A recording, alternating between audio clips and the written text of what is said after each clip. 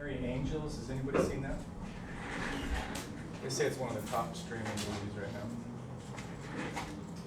It's like a tearjerker. It was good. It's based on a true story. Some guy lost his wife from cancer or something, and then he was taking care of two daughters, and then the one daughter, when she turned 5, I guess, had like this rare liver problem and had to get a liver transplant. So it was like, or she wasn't going to make it. And anyway, this lady, I won't tell you the whole story, but this one lady who is having problems of her own decides to like just help out and just goes crazy just trying to help the family out. Just like tries to raise money and everything, just takes it upon herself to do it. So it's pretty cool. Pretty cool movie. All right, guys, so let's see. Micah, you're here. Everybody will go ahead and log in if you haven't.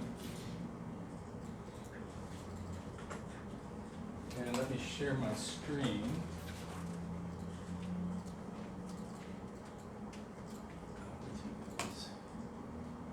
Does anybody have any questions about anything at all before we start out today? Oh, today's Thursday, not Tuesday. April 4th.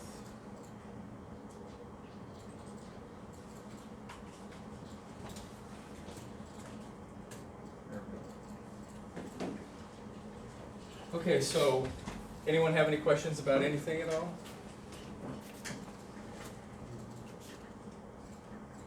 Everybody's good on everything? Okay, so it's going to be I'm not going to say it's going to be an easy day, but we're not doing a lot of different things. We're just going to work on, I sent you guys hey, there he is. Hey, Baron. Good to see you. Now you won't get those emails anymore. No. Those are automatic. If you guys ever get an email that says you're not attending, I never send those. They come. They just come automatically. I get them too for my guitar class. When he forgets to put in that we're there for guitar, then I get the email that says, "Oh, you haven't been attending guitar class." I'm like, "I've been to every class." This is today. We're going to work on the theater seating lab, which is due tonight, and basically the two-function input validation model, which is a little confusing to a lot of people at first when they first see it. There's a lot of things going on there. So I sent you guys a script that I wrote this morning. It's kind of a modified one that I did like 2 years ago. And it's basically using the two-function input validation model to validate a password. So you're asking the user to input a password, and it has all this criteria. So that's kind of the beauty of this two-function input validation model, but you can add a whole bunch of different criteria to it relatively easily. So I think we're going to step through that and make sure you guys understand the thing that I sent you, the script, and then we'll start, if we have time, we'll start rewriting that to be the theater seating lab, which is similar. Okay, so has anybody, I know a few guys have already got the theater seating lab done, right?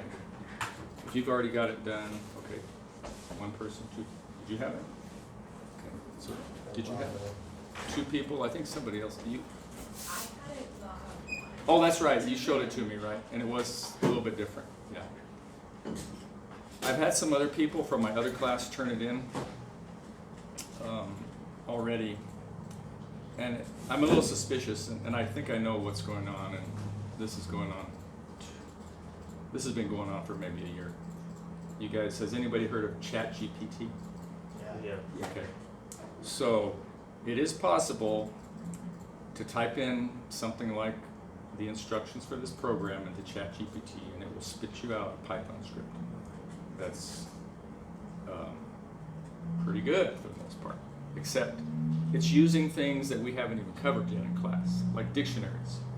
So I really don't want you guys to use ChatGPT because it might spit out some code that you could turn in, and when I try to run it, it's going to run.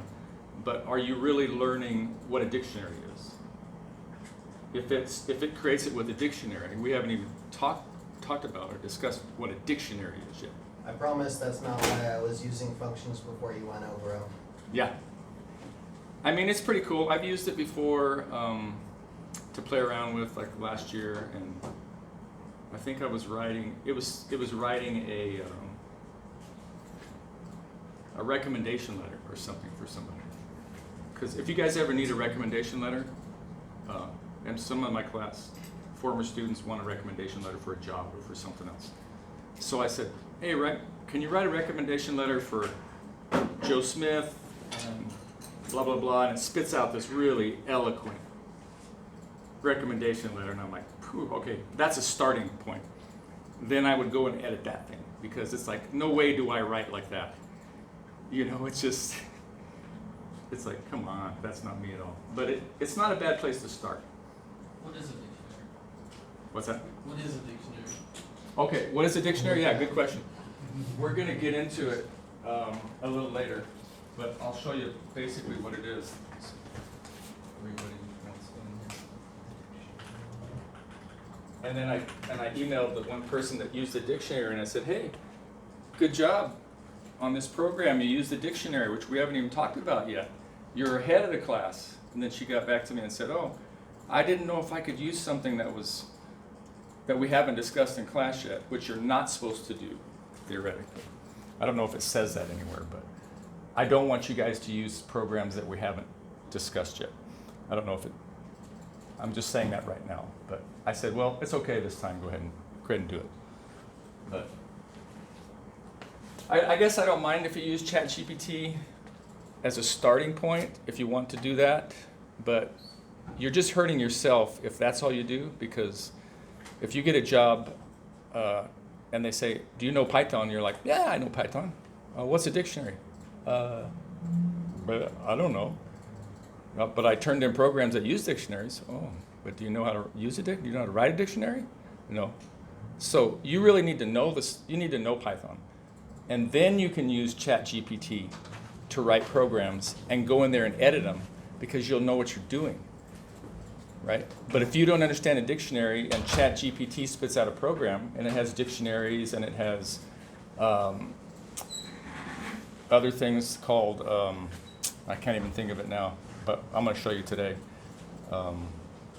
There's another term for it. But there's a lot of fancier things in Python that we haven't got into yet. Well, try except loops and stuff, or try and except statements. You won't know how to edit. You won't know how to edit it to fix it. Okay. What is a dictionary? Yeah, dictionary. We'll go over it a little more. Okay. It is what they call a data structure. It's a thing that stores data. Have we seen something that stores data already? Variables? A variable, yeah, right. Like x equals 5, that stores data. X is a variable, yeah, that's right. That's not a very good name, of course, but a variable stores data, yeah. What else have we learned that stores data? List, yeah. I was going to say that. Yeah, list, right. A list, right? So we could say my list equals 1, 2, 3. Okay, so that's this thing stores in one variable name and stores multiple things, right? Which is pretty cool. Instead of this just stores one thing, okay? It just stores one value. This stores a whole list. Okay, a dictionary, you could say my dictionary. There's another, what's the other word that we call lists? Tuples? Array?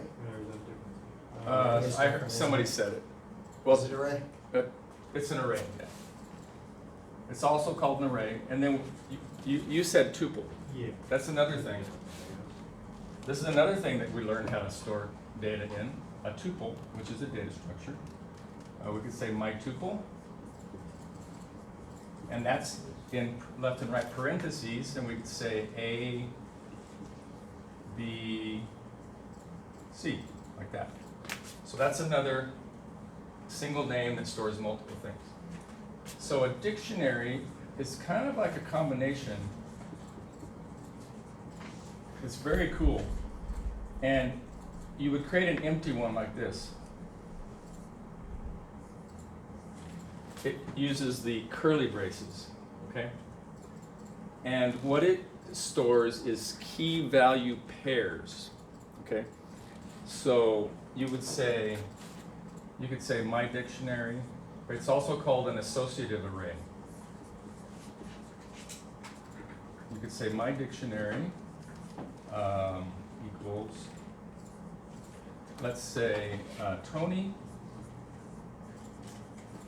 is the key, and his value is, I'm gonna guess your age, Tony. I have no idea how old you are, but I'm gonna say you're 23. I don't know. I'm just guessing. Am I close? Yes, well, Okay. no, yeah. Okay. So this is the key, and this is the value. Okay. Then we could put Nicholas in here, and I think Nicholas might be a little younger than you. I'll say he's 22. I don't know how old you are, Nicholas. So this would be name and age. Name and age. Okay. So this would be the key. And this would be the value.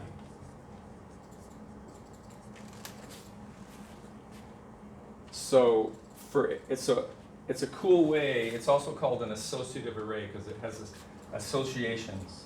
It's like an array, but it has another thing attached to each one of the values. These are all just values. You can sit, and then you can loop over this and say, for my dictionary dot keys, and it'll spit out all the keys. And the way you would print out, if I wanted to get Tony's age, I would say print my dictionary. I'm gonna run out of room here. Tony.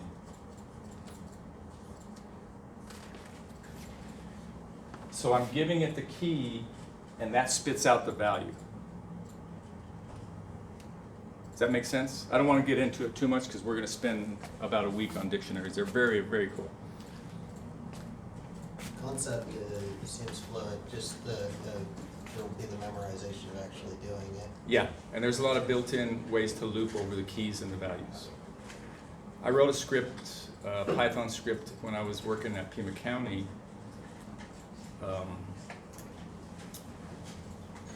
And we had to figure out what there's. I worked for the Department of Transportation a lot, and say they got roads, right? And say this is A Street. I don't know what. And then it intersects with B Street, and this is still A Street here, and it keeps going and going and going, and then we might have C Street over here. There are vans that drive around called ARAN vans, Automatic Road Analyzer vans, that take a picture of the road every like 27 feet, and they assign what they call a Pazer value to it. Pazer. Between 1 and 10. So A Street, and so that you'll have little points here, and that might be a 8. This might be an 8. Oh, this might be a 5, and a 4, and then 7, and then some more 8s, and some 6s, and then we hit a whole bunch of potholes over here. And this road's real bad right here. And then it comes up to 7, and then back to 2 or something. So we have all these numbers that are associated with streets that give the road condition of a street. So I wrote a Python script that was fairly complicated that used dictionaries, and it read our entire street network, and it would go through, and for every street it would count up and figure out what the mode was, the most frequently occurring Pazer value, and it would assign that to a street. And that's what they use right now to figure out which streets need to be repaired. So the key would be A street, and the value would be the mode. So I'd have to look through, and there's like, I don't know how many street segments we have in Pima County. There's a ton. There's like, I don't know, it's like 120,000 or something like that. If you look at all the streets, right? And these vans, they only drive a portion of Pima County every year. So they might drive the northwest quadrant, and then the southwest the next year, and then the southeast, southwest, and then they'll go back. So every 4 years they'll drive, a whole bunch of roads. So these guys in the Department of Transportation determine which roads are going to get fixed, right? Does anyone have bad roads around where they live? Right? And you're like, when are they going to fix these things? Yeah. So there's the city of Tucson that has their own GIS program, and then everything outside the city is called the county. That's what I work for, the county. But the city has their own thing too. The ARAN drives all the roads in both the city and the county.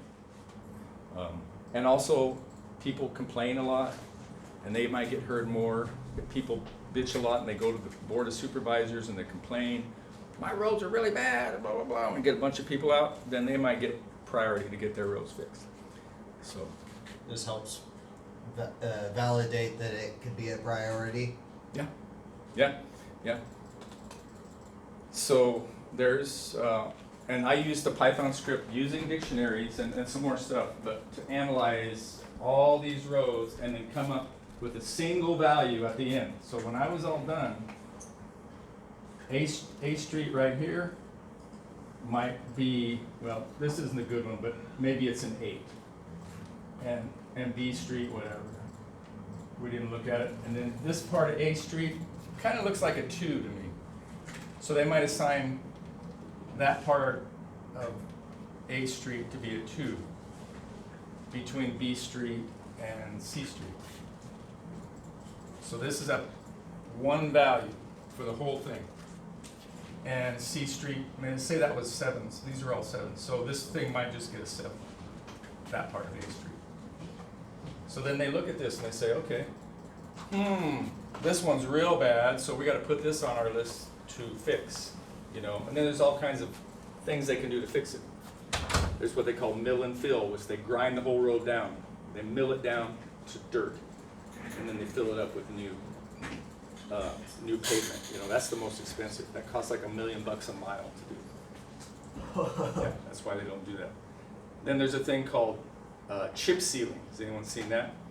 Well, they'll put a bunch of little chips, and then they'll go over it with tar, right? That's chip sealing. And then they have what they call crack sealing, where they just go and by hand they'll fill in the cracks with this spray. Yeah. That's how tar snakes are made, right? You gotta watch out for them when you're on your motorcycle. Yeah. There's crack sealing, and then there's another thing they call fog sealing. There's all these different treatments that they use. So, and the cheapest one is crack sealing. If you can crack seal the road before if you can get the road, and you guys will see roads, right? And here's the road, and it might have, like cracks like this in it. These ones are called transverse cracks, and these ones are called horizontal cracks when they go all the way like that. So they'll go out and they'll fill these things in with a little spray gun, and they determine that if they do a crack seal, the road will last like another 10 years before they have to do anything. So that's their cheapest. That's the most cost-effective solution to fixing a road. Milling and filling is they wait till the road gets to like a 2 before they do that. But anyway, I wrote a dictionary, and I think they still use that program today to analyze it. It was a pretty big Python script, and it would crank through the whole street network and be done in like 2 minutes. Did it have to go into a CSV? It goes into a DBF, yeah, like a CSV. Okay. Yeah. If we have time at the end of the year and we're done with everything, and if you guys want, I could do a little lesson on how Python and GIS link up together, like mapping and stuff like that. So I've done that before. Okay, so anyway, these are various data structures. We have an array, we have a tuple, we have a dictionary. And the dictionary has keys and values, so that's all you need to know right now. Okay. There's all kinds of other data structures, and that's going to be a whole third Python class. This is 129, then there's 131. Then I'm developing a 133, which is just going to focus on all the different data structures that there are in Python, and there's a bunch of them. There's trees, there's things called binary trees, Yes. you know, and there's things called queues, and there's things called stacks. I talked about stacks. And there's other things that are ways to store data that you can retrieve it really quickly. Linked lists. Okay, so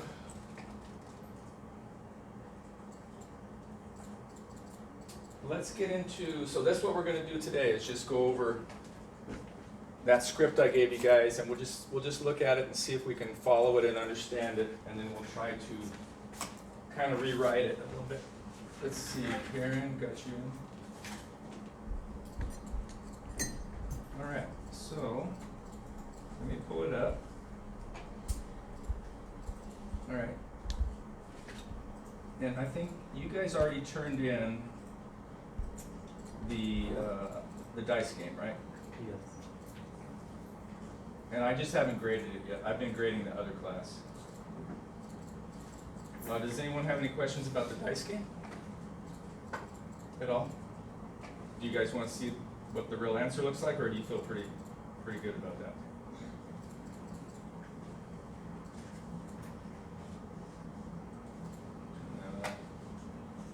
Okay.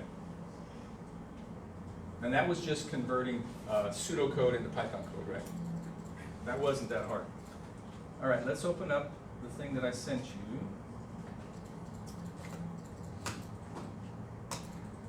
Which is validate password to function validation. Okay, here. Let's see if we can understand this thing.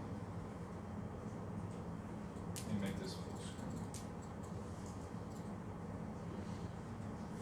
Okay. All right, so here we go. So you guys know that there's these crazy password requirements now, right?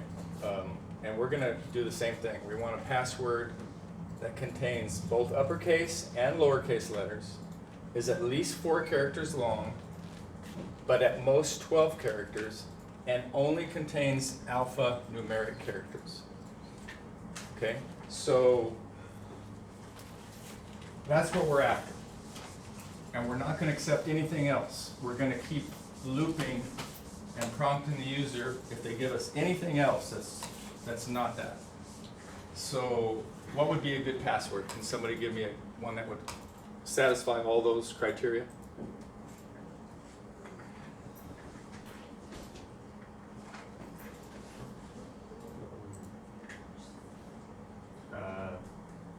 Password fits all of those criteria. Like this? Yeah, password if it had a capital P.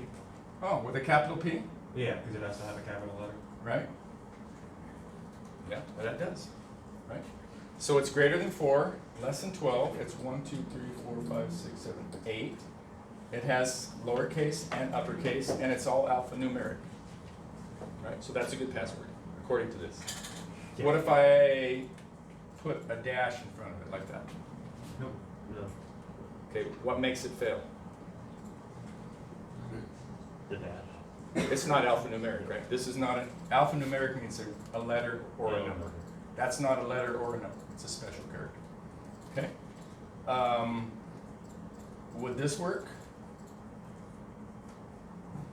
Yeah. 1, 2, 3, 4? No, because it doesn't have a capital or lowercase letter. Okay, good, Yeah. good. It's numeric. Capital P, 1, 2, 3, 4. Would that work? Capital P. No, because So it you needs need to a have. lowercase also. Need a lowercase Oh. also, right? So we could say Like a lowercase f. lowercase f, yeah. That would work. That works. Okay, cool. So now you guys get the idea of what we're looking for. Okay, so we need to make sure we generalize the process so that you can add more passwords more easily, like you could check for different things. A program that does not work or crashes will earn 0 points. I never do that. I always give you guys a shot to redo it and get more points. Okay, generalized routines. You're going to see what I mean by that. Do not have any hard-coded values from outside of main. Pass variables to the generalized functions that return a value. All numbers in the problem statement must be stored in named constants, and you know what those are. Remember that we had one program that was like tax earlier, and it was like 0.07 or something like that. And then we just used the word tax later on when we were multiplying, I think. So it was like total times tax or something like that.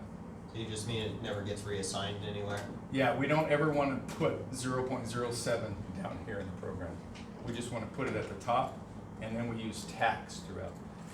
That means if we ever need to change this, we just need to change it in one place. Yeah, good question.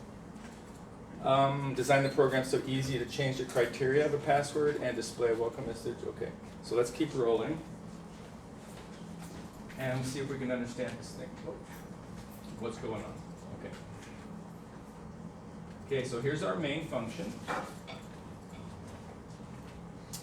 And these are our constants right here. So we have a sentinel, and we have them all in uppercase. I'm setting my sentinel to -99. The low value is 4. That's the number of characters, the minimum that we need. The high is 12. The number of passwords we want, we just want 1 in this case, but we could change this program to ask for 2 passwords. So that's what I'm saying. This makes it generalized. It's easy to change right here. If I want to get 2 passwords or 3, I can just change it right here. Upper is upper. It's just the string uppercase, so I can use that in my messages. Lower is lowercase, is the string, and then num means alphanumeric. Okay. The very first password, I'm calling it password 1. I'm setting it to an empty string. And then I've got a welcome message here. And I'm making it formatted, and I'm using triple quotes here. Whoa. What's off of here? There we go. I'm using triple quotes because I want this is such a long line, I want it to break, I want it to be 2 lines. So the way I can do that is actually use triple quotes around it. You can't see what's way over here. And then I can put the my constants in here, right? So it's going to say enter a 1, I should get rid of the A. Enter 1 password with at least 4 characters, which contains both uppercase and lowercase characters, and only alphanumeric characters. -999 to stop. Okay, so you can see how all I have to do now is change something at the top and get all these things to change.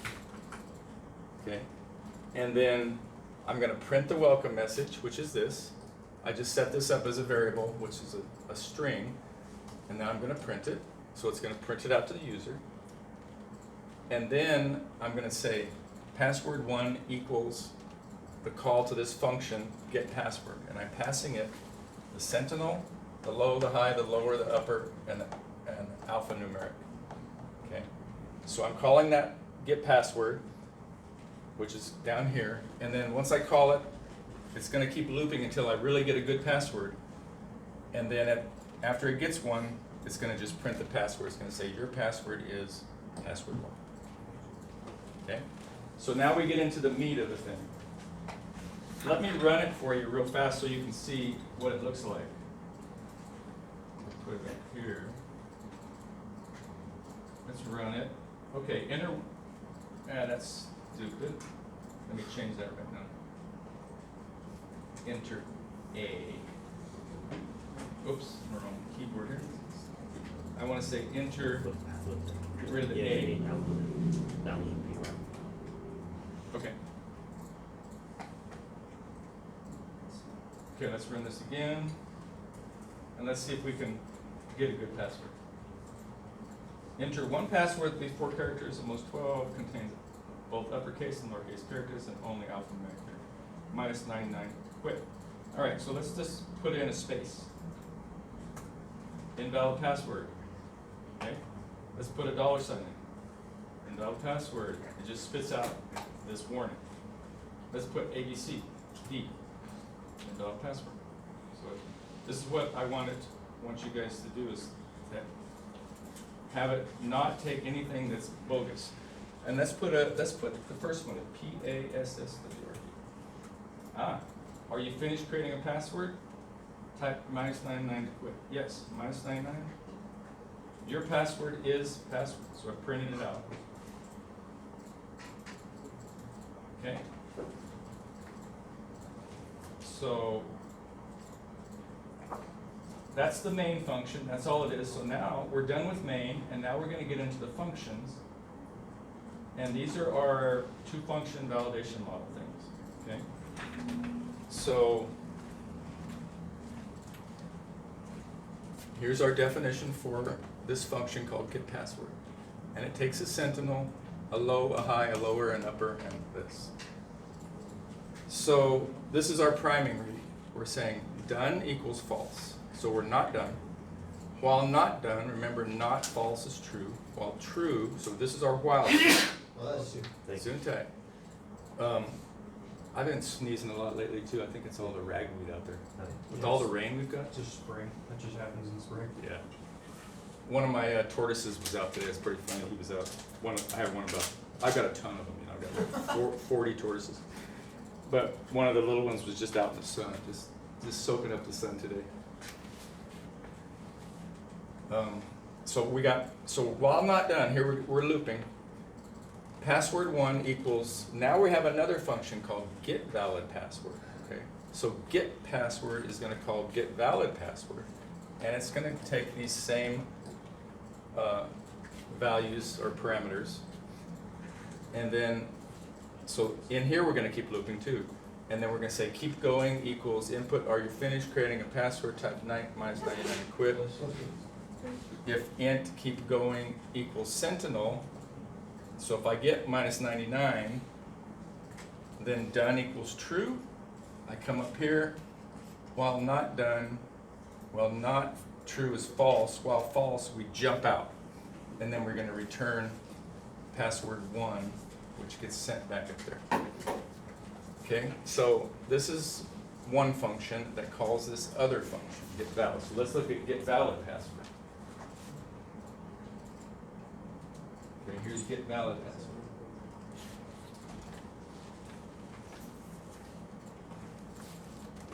Okay, so now we're gonna even call another function. Okay, so this one is passing in the same things, but I've just named them something different. It doesn't matter. As long as they're in the right order, this is gonna become low, high, lower, upper, out, num, and sentinel. So now this calls getPass, and all getPass does is gets a string. It's gonna make sure it keeps looping until we get a string, okay? So that's gonna be get integer for you guys. When you change this, this getPass is gonna be get integer. It's very simple. There's getPass. And this is, you guys are gonna change this, I'm gonna tell you right now, to get integer. And it's gonna say, but what this does is, it says my password equals input, which is waiting for you to type something. It doesn't even give you a message. And it says, it has a try and accept. It's gonna try to return a string. If that thing is a string, which it should be because the input function only returns strings, it's gonna return the string of my password. Otherwise, it's gonna print out an error and make a call to itself again. So this is gonna keep looping. So this is gonna be the get integer that I already made an announcement for you guys, for get integer. So you're gonna be using that for your program tonight. Okay, so there's getPass. this one's kind of redundant at this point. It doesn't really do much. So we're getting our string right here. And now we have one more function. While it's called is invalid. While it's invalid, I'm going to keep looping. So if I got an invalid password here, and I'm going to pass it to this invalid function, which is going to return true or false. This is a Boolean function. Okay, is invalid is Boolean. I'm going to pass it this function below the high of the sentinel, and inside here, it's going to check. So this is the meat of the thing is right here in is invalid. Okay, here is invalid. This is the meat of the whole thing, where you get to check for all these different things. This is where you would put, and this is a Boolean function, it's return a Boolean value, true or false. So I've got my password. Say it's a bad one, just lowercase password. Okay, that's all lowercase. This is bad. It doesn't meet the criteria. Okay, so it gets it. Okay, it says, is new password sentinel? No. The sentinel's minus 99. So it's going to skip. Else if the length of new password is greater than 12. Well, this isn't greater than 12. So it jumps down to the next else if. Is the length of the password less than 4? No. This is 8, right? 1, 2, 3, 4, 5, 6, 7, 8. So it goes down to the next else if. Now, this is one you guys haven't seen yet.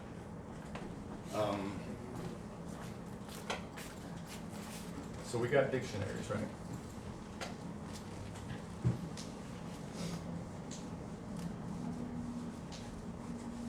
This is an advanced thing that we'll get into a little bit. You're going to see it right here. I don't know if anybody's ever heard of this yet. Has anyone heard of a list comprehension? That term? Okay. This is a list. This next one right here is what we call a list comprehension. Okay. It's just a shortcut to write a whole bunch of stuff onto one line. Okay. So we're saying elif not, and then there's a function called any that's built in, and then we're saying element dot is upper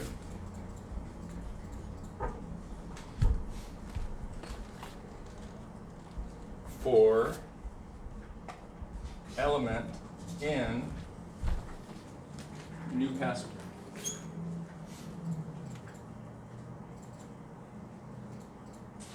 Okay. Okay, so what the heck is this thing doing? Okay. So it's putting a whole bunch of stuff in one line. So it's saying for element in new password. So what it's going to do is look at every letter in new password. And new password, remember, we're going to assume it's the bad one right here. Is a lowercase password. Okay. So ELE in new password, ELE is first going to be P. So it's going to be for element in new password, ELE.isUpper. So it's going to say P.isUpper. Lowercase p. Right? Is this going to be true or false? False, right. Okay. And now it's saying, that basically we're saying, is anything in here going to be an uppercase? If it's not uppercase, then we're going to return true to keep looping. Okay? So it's like you're looking at, so this is false, and every letter in there, P, A, dot is upper is gonna be false also. Every letter in there is gonna be false, right? So this whole thing is gonna return false. Not false is true, and we return true to keep looping, because it's saying while is invalid. It's kind of reverse logic a little bit. This is called a list comprehension, okay? So we're looking for, this is a way to check for, you've got to have at least one uppercase, okay? The next one, else if element is lower, okay? It's saying, okay, we need at least one lowercase. Otherwise, we're going to return true. Okay, so this is going to fail.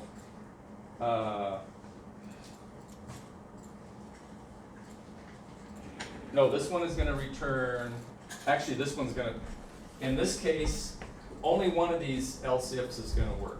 Okay, so we, in this case where it's password in all lowercase, this is where it's going to fail right here. It's going to return true right here. Okay. And then it's going to go back and keep looping. It's going to call is invalid again. So suppose now we do have an, let's say we had all uppercase, just for kicks. It's going to fail here, or no, it's going to, this one's going to fail here, right? Because it's, if there's any uppercase, if there's not any, there is one, so that's going to jump down to the next one. Now it's going to look for lower, and then it's going to fail there, and it's going to return true because there's not a lower case, okay? So suppose, now I wanted to get to the next part and say this is a dollar sign, okay? So let's say we have that, we have a lowercase, okay? We're almost got a good, we almost have a good one. And then now it's going to fail here because we have an upper, we have a lower, else if not new password dot is al num. That's telling you if it's only alphanumeric. And that's going to, and it's not that because it has a dollar sign, right? So this is going to be false. Not false is true. We're going to return true, and that's going to keep looping. Okay. If it passes all of these, and none of these ifs are satisfied, it's going to return false, and that means the value of the new password is okay. Okay. So this is really the meat of this whole two-function input validation. This is where you can put all kinds of different checks. You know, you could add some more things. You know, maybe you want one special character, or two special characters. Okay.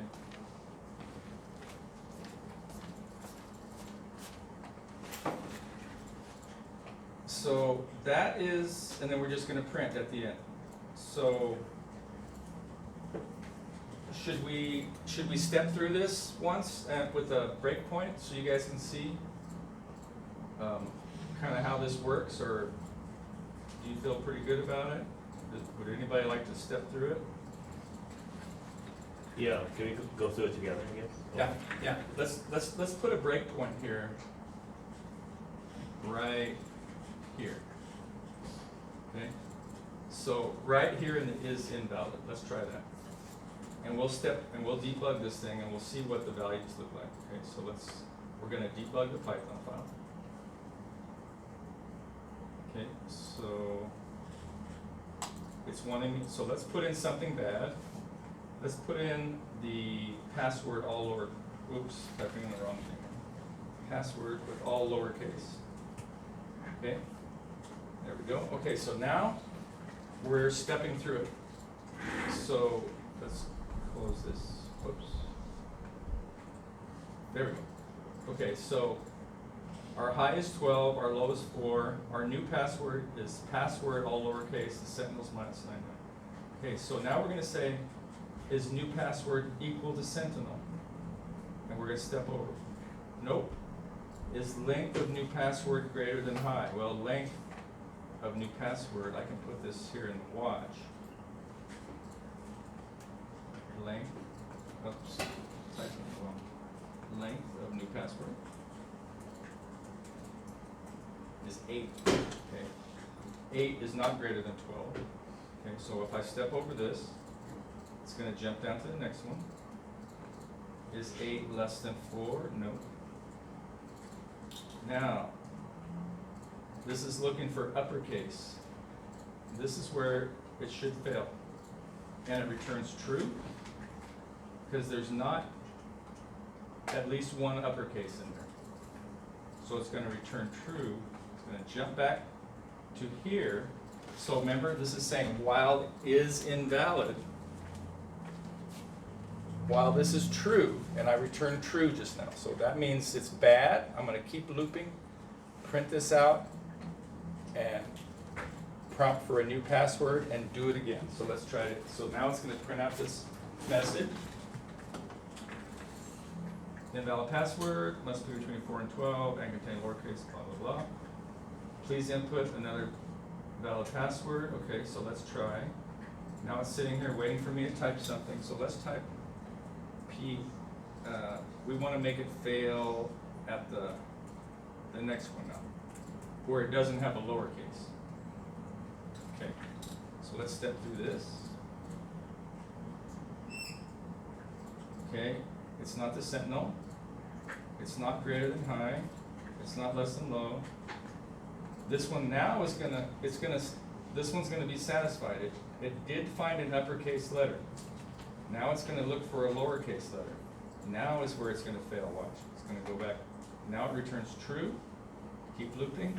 Boom, comes back over here. Invalid. It wants us to put a new one in.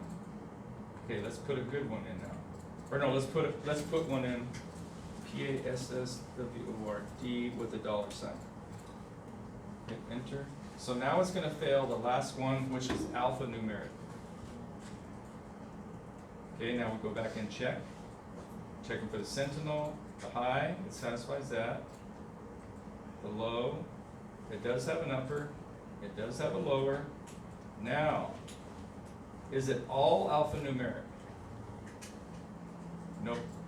It failed that. So it's going to return true, which means keep looping. So now it's going to come back, prompt this again. Now we'll put a good one. Okay, so it's waiting for us. So now we'll put in password. That has upper, lower, and we could make it 2. That should be good, right? Okay, I'll hit enter. Let's jump into is invalid. There it is. It's not the sentinel. It's not greater than high. It's not less than low. It does have an upper. It does have a lower. It's only alphanumeric. So then I return false. So then, when I come back, I'm out of is invalid. This thing only loops while it is invalid is true, meaning it is invalid. It's valid now, so I jump back and return the new password, and I'm done. It's just going to print it now. It's going to jump back to keep going. Are you finished? And I'll say -99. Whoops. Quit. And it's checking that. It says if the int of -99 equals sentinel, which it should, done is true. I come back to the while loop. And done is true, while not done is false. I jump out of the while loop, return password 1 to I'm done. Now I'm going to print your password is password 1. Okay. So that's kind of going over the whole 2-function thing with the password. Does anyone have any? I know there's a lot to think about on that. I'd like to say that at the beginning of this lesson, it was immediately less confusing once I realized that this is part of the defensive programming, not something that you're putting temporarily in your program just to test it. Yeah. Yeah, this is something that you could use in any program. which would be good, you know, to really be bulletproof, so the user can't enter anything bad. You guys look like you need a little break to walk around, get some air. Why don't we take a little break, come back at 10 till, and then let us try to convert this into the theater seating lab as a group. Sound good? All right, and I'll be around for questions.